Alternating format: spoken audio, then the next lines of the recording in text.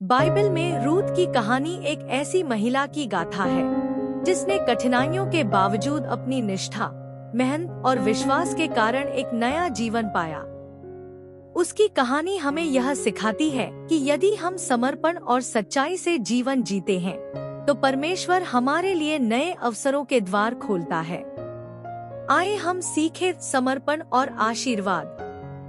वचन रूथ 1:16 क्या कहता है? जहाँ तू जाएगी वहाँ मैं जाऊंगी, जहाँ तू टिकेगी वहाँ मैं टिकूंगी।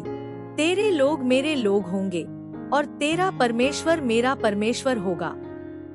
एक रूथ का कठिन निर्णय।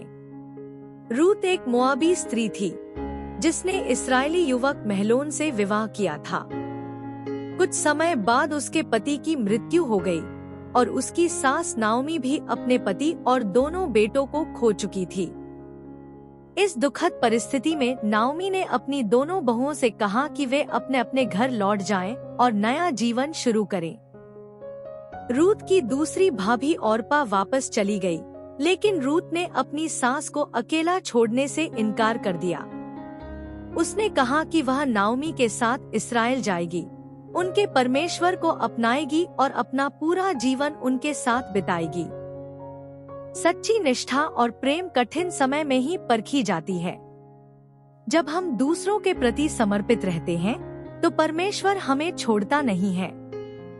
2 संघर्ष और कड़ी मेहनत। रुत और नाओमी बेथलेम पहुंची तो वे बहुत गरीब थी। रुत ने खेत में बाले बीनने का काम किया ताकि वे दोनों जीविका चल सके। वह पूरे दिन मेहनत करती थी और जो कुछ पाती वह नाओमी को ले जाकर देती थी।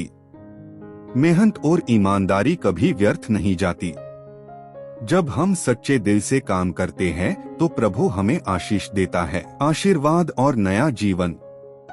रूथ की निष्ठा और ईमानदारी से प्रभावित होकर उस खेत के मालिक बोअज ने उसकी मदद की। बोअज न केवल एक धनवान व्यक्ति था बल्कि वह परमेश्वर से डरने वाला और दयालु भी था।